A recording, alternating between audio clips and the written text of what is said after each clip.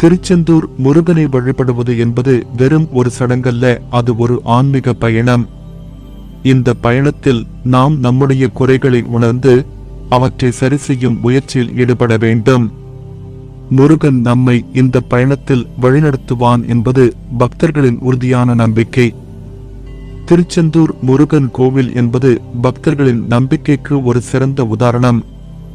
குறிப்பாக தோஷ நிவர்த்திக்காக இங்கு வந்து வழிபடுவோர் எண்ணிக்கை அதிகம்.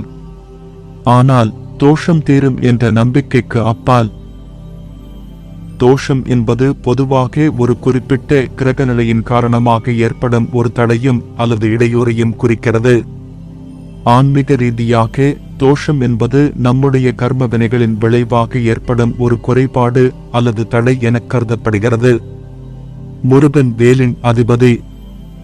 வேல் என்பது அஞ்ஞானம் என்ற இருளை அழித்து ஞானத்தை தரும் ஒரு ஆயுதமாக கருதப்படுகிறது.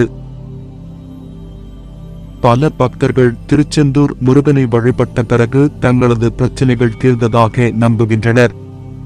இந்த அனுபவங்கள் பக்தி மனதை மேலும் வலுப்படுத்துகின்றன. தோஷம் தீரும் வழிபாட்டு முறைகள். பால், தயிர், தேன் போன்ற பொருட்களால் முருகனுக்கு அபிஷேகம் செய்தல், பூஜை செய்வதன் மூலம் முருகனை வழிபடுதல். ஆனால் எந்த ஒரு சூழ்நிலையிலும் நம்பிக்கையை இழக்காமல் இருப்பது மிகவும் முக்கியம்.